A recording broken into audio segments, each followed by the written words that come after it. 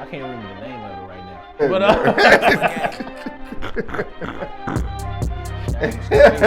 that's what's crazy. Nah, we gonna take a minute, right? Fighter ready. That's it. Finish him. I give you the truth. Dog, yo. That's crazy, man. That's really crazy. But yeah. Yo, man. God, man, come on. I didn't know. I ain't serving it cold, nah, bro. Here I go. Listen, I'm back in the game, back in this thing. I'm for real. Salute, King. How you feeling, fellas? What's going on with you, man? Glad to have you on the platform, man. For sure. Glad to be here, man. Yeah, man. It's all about just, building the kingdom up, man. And I'm glad you're here. So for people that don't know you, man, who are you? My name is Matt or Matthew. I used to go by Purpose back in the day. Right now I go by the Welder or WLDR. Just went through a whole lot of changes, a whole lot of something different. So yeah, the face is familiar. Yeah. So, and I've been around for a little minute. No doubt, man. That's one of the questions I wanted to ask you, man. It was, because when I met you, your name was, This Is My Purpose, or just Matthew McCants. Right. And then, I know you got married, and then you fell off the scene a little bit, building on your family, and then you popped back out. Right. And you was the welder, man. Right. So talk to me about the name change and what that process was like, or just what was the motivation or inspiration behind it? The name change, man, was very, very key, very important. During my time when I was gone for like a good 5-6 years, man.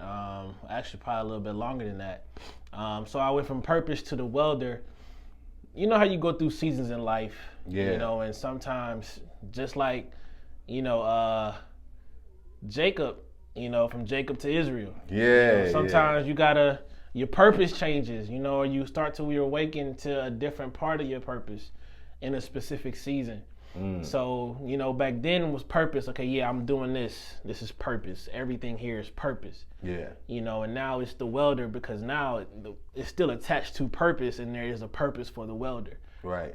Just like every welder has certain elements, heat, hammer, iron, everything, anvils, that pressure, that heat helps create something beautiful. Whether they creating weapons or they creating treasures, jewelry, or whatever. So a lot of times that's the thing for the welder name.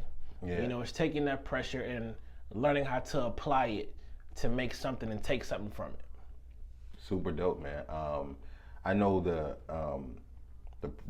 you released a single when you popped back out as the welder.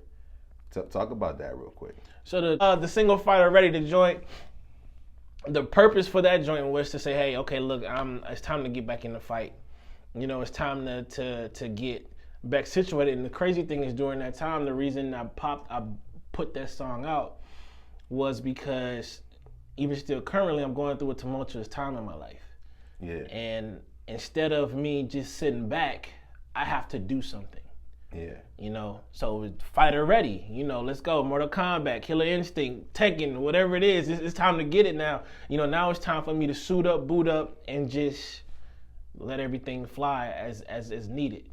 I need to actually put up a different version of that joint. Yeah. But, see, that was the purpose behind Fighter Ready. And what's crazy is the hook came to me at work, because I was stuck on trying to figure out a hook, and I was like, I have no clue what to do for a hook. I don't know what to talk about in the hook. All I knew is that joint with the yeah. Oh man, that beat is that hit me.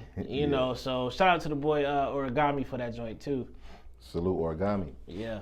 So. Yeah. Then after Fighter Ready, man, you came out with another joint. Right.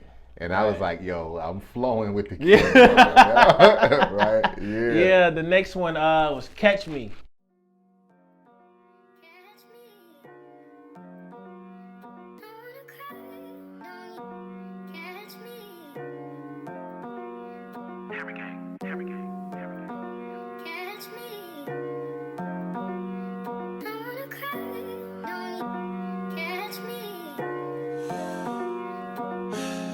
It's been a minute since I really let these tears fall, but I don't wanna let them flow, so I block them off. It ain't the healthiest thing to do, not at all, but I don't wanna drown in my own waterfall.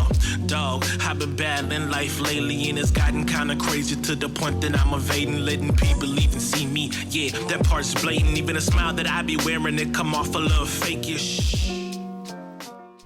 And with this one, I had to get a bit more, serious and a bit more personal and a bit more real. Shout out to the bro, Philly Kid, Philly Bricks, for that beat, definitely with the sample.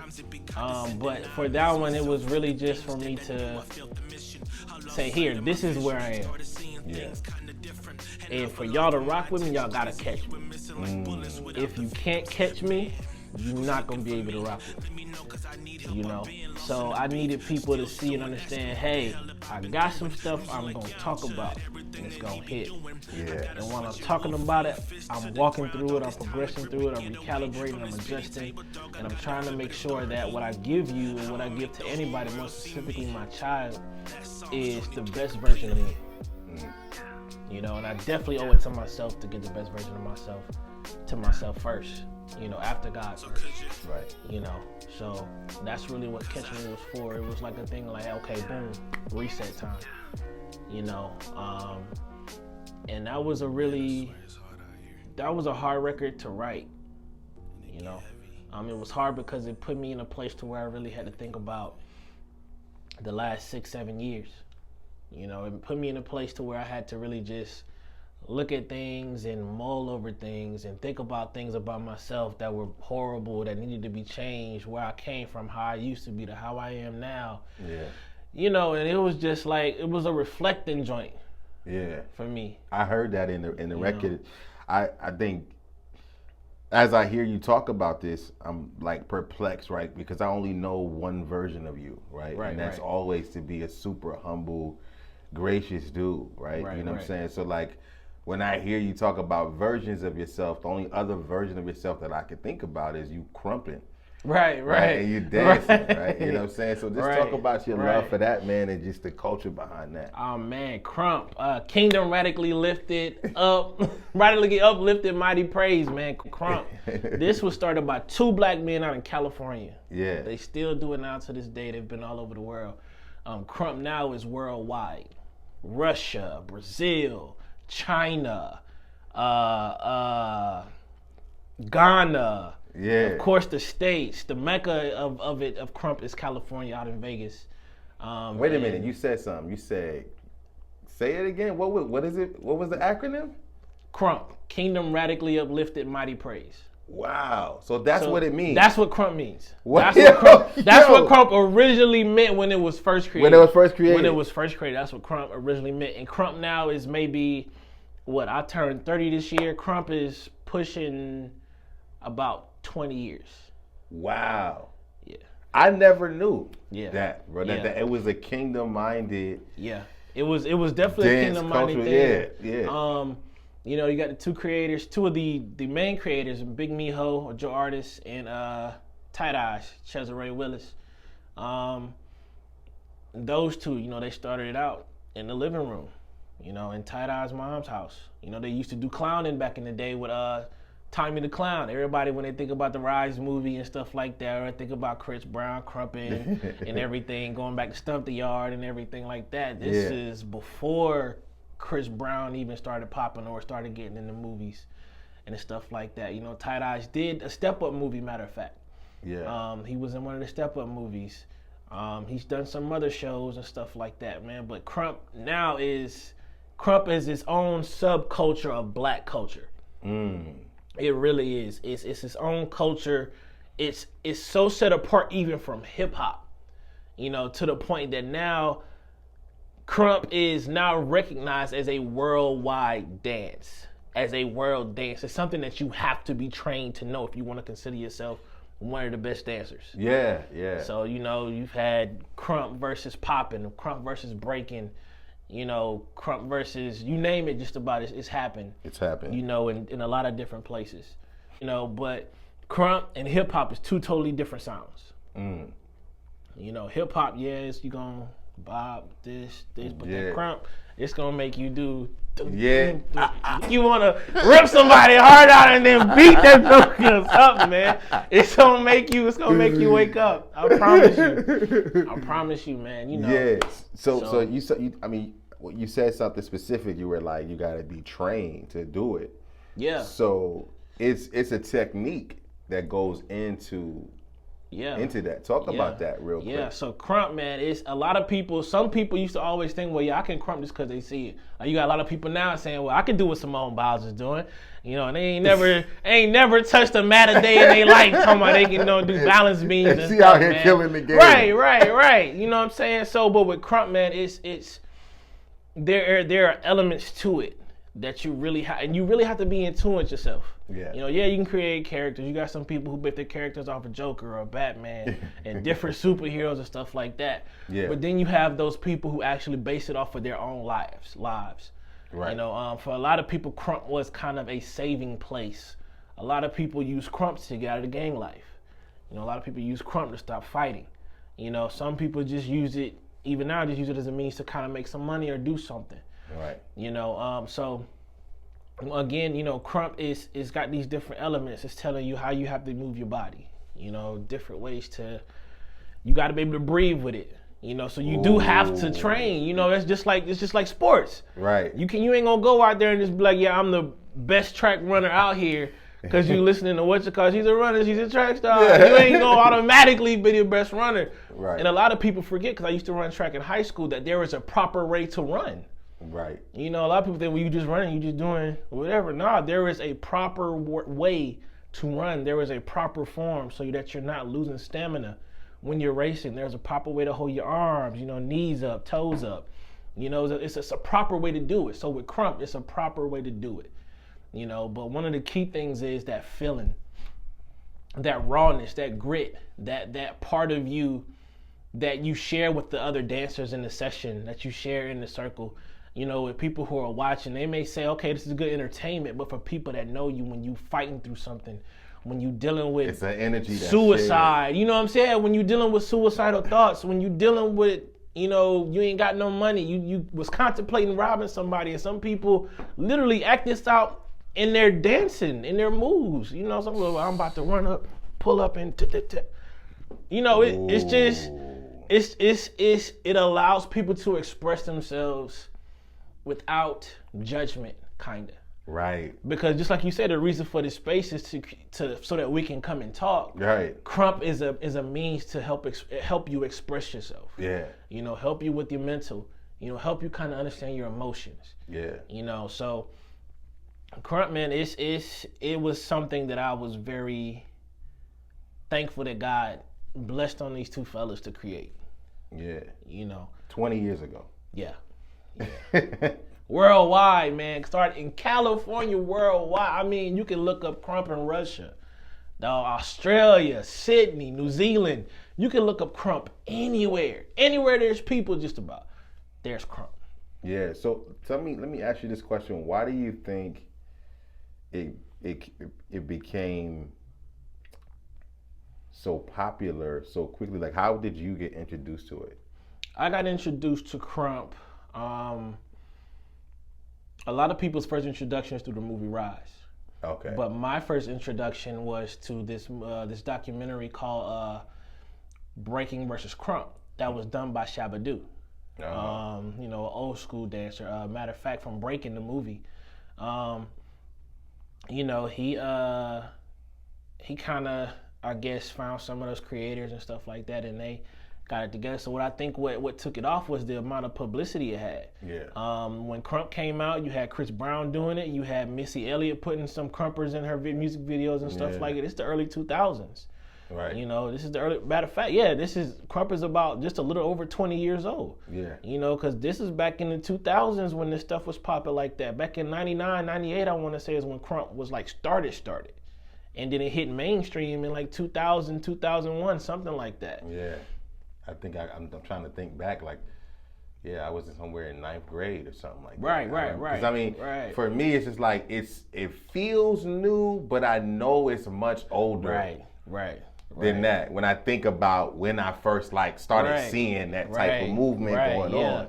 Yeah. You know what I'm saying? So it's crazy, man. And I think, and again, it's the publicity that a lot of different, you know, stars and entertainers put behind it, because they were like, wow, this is different, this is new. You know, nobody really knew about clowning, especially on the East Coast. You bring in something that's coming from the West Coast. Yeah. You know, especially dance from the West Coast. It's the South or up in Detroit where you know about dance, or maybe New York. Right. But you come bringing a dance from the West Coast. You know, that's different. That's foreign. That's alien, man. Yeah. So, you know, again, with different entertainers taking advantage of it, and they're like, yeah, let's push this. Yeah. You know, and again, I think because of how it was put out, and when you see people's expressions, if you're actually taking the time to really understand Krump and, you know, live it, you start to understand, okay, so this is not just about who has the best moves. It's really about you being able to express what you really feel and you not feel judged about it. You know, it's about really bringing you closer to your brethren who may be going through something similar. It's about giving that person a chance and an opportunity to scream out literally with their entire bodies what they're dealing with, what they're going through. For me, it was something where I could just scream out my love for God. Yeah. You know, it was something that I could scream out my worship for him. It was something me and my brother used to use to fight each other instead of throwing hands. You know, it was something that me and some of my cousins would use just to talk and stuff like that, you know. So for a lot of people, Krump has done different things. Yeah. You know, so I know for a fact that contributed to the popularity of it. You know, most so definitely. The other part of that I wanted to talk about was just some of your journey, right, and some of your process. I know you got married. So talk about your journey with that, and I know you have a daughter. Right. Talk about that a little bit, because I know this is probably the space you were talking about with this, the other sides of you, the parts of you. I got married, as you see, no wedding ring, because it's over. It's over. You know, but I got married back in 2016, September of 2016. Yeah. Me and this woman, we were. I thought that was it. We both thought it was it. We both thought that we had done found the person that we needed to be with. What I regret about my marriage is not the marriage itself. It's that I did not take my time. We got married 6 months after we met. And that was just, because we thinking, we're like, okay, yeah, the Lord is confirming this. Right. All the while, there are flags popping up that we're both ignoring, And that's key. I would never sit here and say, or at any point in time, even in therapy, and say it was all her doing. Because I definitely played a part in it. What would you say that part was? My part in it is not really seeing those flags and taking my time. Just moving, because I'm like, I see that. I want to do this, but I'm gonna push that to the side. Maybe that can change. Maybe I can fix that part. All the while, I can't fix anybody. Right. We can't fix people. That's God's job, not our job. So, we got married. We were together for 3 years. We've been separated almost 2 years now. So next month, actually, we make 5 years that we've been married. Wow. So yeah. So it's not an official. You're not officially divorced yet. No, not yet. Okay. We still going through litigation, and we doing this in a whole nother state. I'm here, and she's in Tennessee with my daughter. So yeah, we going through all of that litigation and everything in that state. Yeah. And everything like that, man. I actually got a court date coming up here, which is crazy, because they trying to get me for some stuff, man, and it don't make no sense to me. Yeah. That's tied to the divorce. Wow. but I'm just trying to get that thrown up so I ain't got to show out. Right. You know. What would you say is like, even in this season that you're going through and the process that you're going through, what would you say that marriage has taught you, what's the critical thing that you've learned about marriage itself? Man, I learned so many lessons, man, and a lot of them are critical, man. A lot of them are big, bro. A lot of them are big, man, because here's the thing. Nobody teaches you how to be married. Yeah. Nobody tells you the hard work that marriage takes. They may say, well, yeah, you're going to have to, don't go to sleep angry at each other, let them talk, the husband, you go to work, the wife, you clean at the house and all this stuff. No, it's a lot deeper than that, man. It's deeper than sex. It's deeper than just having kids. It's deeper than just working. It's really, for believers, our first ministry, literally. Yeah. Because if my household is not in order, I can't go out here and really establish order in other parts when I'm lacking over here. Right. I really can't. Yeah. So, one of the things for sure is take your time. Take your time. Take your time to get to know somebody. Take your time to understand who you with. And not just that, take the time to understand yourself. Yeah. Go to therapy. We did premarital counseling. We did that course for like the 6 or 8 weeks, however long it was. We did that. We came out of that. But still, we should have taken our time still even after that. We did that, and like after we did that, we was like, yeah. He was like, yeah. I mean, if y'all want to get married, that's on y'all. I'm not saying y'all should. I'm not saying y'all shouldn't. Y'all do what y'all decide to do, and we decided to do it. So again, definitely I learned, take your time, get to understand yourself, deal with any trauma that you have that you know about and that you don't know about. If you've been molested as a child, and your mind has just forced you to repress it because it's such a bad traumatic experience and it only comes up with certain triggers. Man, I learned that you are not responsible for your spouse's happiness. Yeah. They choose to be happy. All you can do is just be yourself. People say, well, you make me happy. No, I don't make you happy. You're choosing to be happy with me. That's something that you have to choose. You have to choose your own happiness. Just like joy, can't nobody give it to you and take it from you. Just like peace, can't nobody give it to you and nobody take it from you. I think, and I know for a fact that people turn marriage into this end all be all, and that's not what it is. It is not the solution for a lust addiction, a sex addiction, a porn addiction. It is not the solution for an anger addiction. It is not just for you to say, well, yeah, I can have sex now without God being offended. It is not just so you can have kids. It is just not so you can have 2 sources of income. Marriage does not necessarily fix what's wrong with you. Marriage brings out what is wrong with you. It brings out your ugliness, your selfishness, your bitterness, your unforgiveness, your hatred you have for your parents that you didn't even know, the hatred you have for yourself. Oh my God. Dog, marriage brings out so much about you, but we glorifize it. We make it so glorified and we idolize it to the point that it's dangerous. When people talk about a divorce rate being so high and you wonder why. Because nobody talks about this part of marriage. Nobody talks about the ugly part of it. Even as Christians, we don't talk about how ugly it was for Christ to be on the cross. We don't talk about how he was whipped. Yeah, we may gloss over that in the Easter Sunday morning message. We may talk about a little bit at Christmas time, but we don't talk about how he had to deal with the sting and the ring and the slapping and smacking, the being spat on, the 39 lashes, the pain that Jesus actually felt. We don't talk about that. We don't talk about how Joseph might have been like ready to chop somebody's head off when he found out Mary pregnant. Because I was promised a virgin.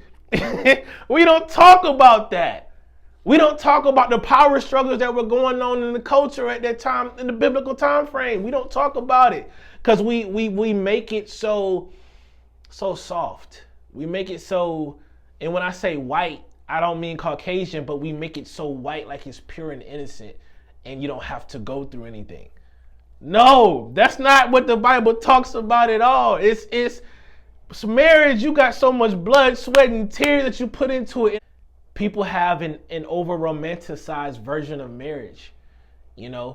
And people again make marriage the end all be all, like it's the solution to everything, or it's a reward for being good, or it's so you can have sex, and that's not what marriage is. That's not what it is. Even Paul said, I would rather that no man would be married so they can focus on the work of Christ. Because if you're married, you have to focus first on your household than you do for the work that you do for Christ.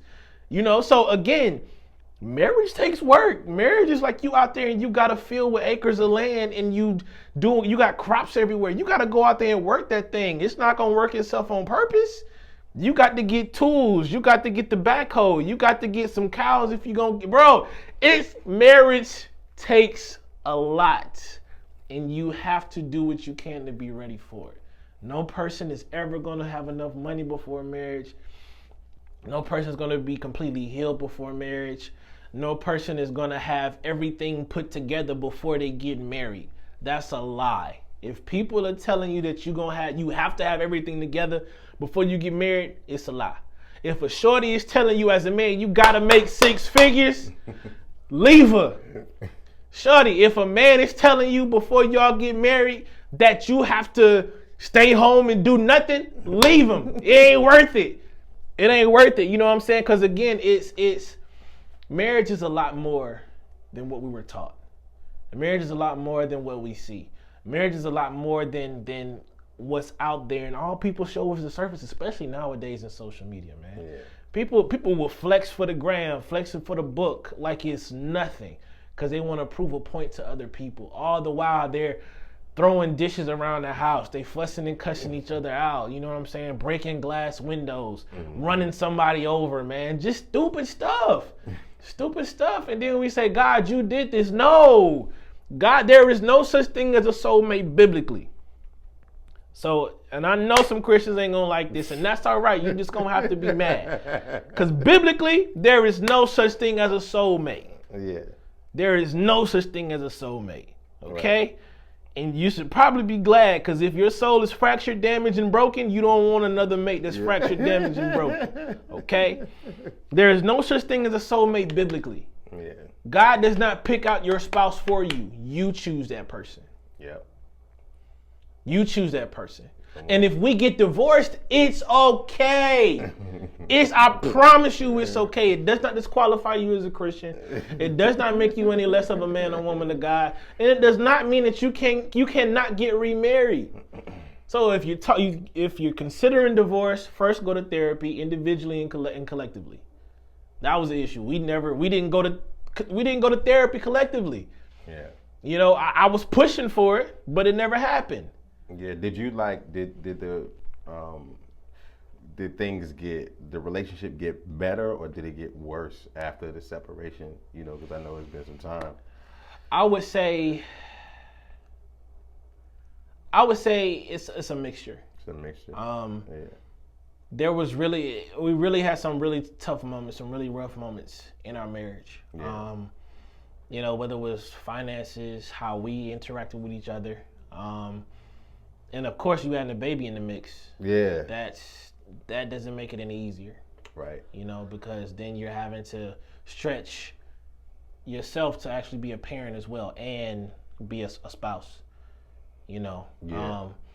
But when we separated, the reason why I say it got better the reason why I say both is because when we separated, there were times where we would have conversations that ended up turning into fussing and cussing and yelling matches.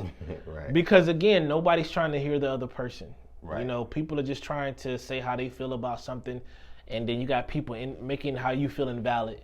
They're like, well, that doesn't matter, and you did this, and I respond to you this way because you did this. We justify how we respond, how we do things, and that doesn't make our actions any less traumatic or detrimental to the people around us. Yeah, that makes sense. Imperfect people. Yeah. You're dealing with two people that come from two different backgrounds. Single parent home, home with two parents, whatever it is. You got people who come up from different parts of the world, different parts of the country. And you're putting these two people together to create, to bond together. Yeah. And still, of course, you're going to have clashes because you're trying to learn how to work together. You're trying to learn how to mesh. you know, but it can be difficult because again, you're learning things about yourself. Marriage brings out the stuff in you that you thought you fixed but really didn't fix. You just threw under the rug. Right. What are we expecting, man? An album from you? What are we waiting on right now?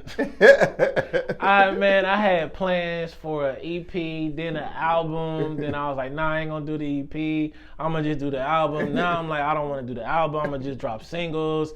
I have no clue right now. I'm just, I kind of do, but then I kind of don't. Right. You know, I'm just moving because the purpose behind the music is not like it was back in the day. Right. Yeah. Now the music is for my healing and it's to edify God. And if it helps somebody else, that's all the music is for nowadays. Yeah. You know, for me personally, and maybe some other artists, but I ain't talking about them. I'm talking about me right now. You know, it's for me. It's a way for me to release how I feel and get it out there. Yeah. It's a way. It's therapy. It's therapeutic. You know, it's a way for me to express my love for God still, for sure. Cause that ain't changing. It's a way for me to express how I feel, and it's a way for people to see and understand. Well, I'm not alone dealing with this, so there may be some hope. You know, so I'm kind of working on a project, and it definitely will be called State of Mind Volume 2. Or State of Mind Growing Pains. And definitely for the growing pains, because this, from the first State of Mind that dropped back in 2013, 2014, to this one, whenever it drops, it's growing pains, man. Like, I'm dealing, that's a lot of stuff. That's years of stuff, man. Your knees get weak, man. Your back start cracking when you get out of bed and stuff, bro. Your eyes start going to the left when it's supposed to be going to the right. I'm telling you, man. Your vision get worse. You find out you got diabetes or something. I'm just talking, but I'm for real. You growing pains. Yeah. It hurts to grow. Ooh. But it's a good thing that you feel that hurt. Again, pressure creates diamonds. A diamond starts off as a piece of coal. And it's not until the proper pressure and the proper heat is applied to it that it turns into a diamond. Everybody is a piece of coal. You have to turn yourself. You have to be refined. You have to go through pressure. You got to feel the cooling and the heating of nature. You got to feel all of these different things, these different aspects, these different things that we go to. God did not immediately save anybody from going through pressure. Nobody. Yeah. Even if you talk about Elisha who went up in the chariot, or if you talk about my boy Enoch. We don't know what pressure Enoch faced. All we knew was that he walked with God, and God said, yeah, you come on up with me. You know, but it's when as long as you're alive, you're gonna feel that pressure. Yeah, man. Talk about this brand that you got on, man. What is that? I've seen somebody else with that. I think I've seen that. I've seen somebody else with that on, man. This is Husky. Yeah. Husky hearted. I'm all huskied out. Yeah. I'm gonna tell you why I'm huskied out. Huskied out. Oh, bears so everywhere. Pants on too. All right. I got you. Listen. I've seen it. Right. So Husky Hearted or Husky the brand, you really got to talk to Derek Davis, who's actually my cousin. Yeah. We came up together, same church and everything. That's fam. Yeah. Shout out to you, fam. Love you, doc. Husky Hearted was something that they started, you know, a few years ago, and now it's just everywhere, all over the country now.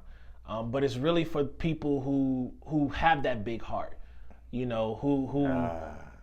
You know how they say, well, you know, you don't mess with a bear. You know, you never mess with a mama bear's cub. It's for people like that, you know. Like that, yeah. It's people, he can explain it a whole lot better than I can because it's him. Man, I would love to have him on here, man. You know, for sure. Hey, Derek, I got you. I got you, cuz you hard. I got you. Yeah, man. I got you. Well done.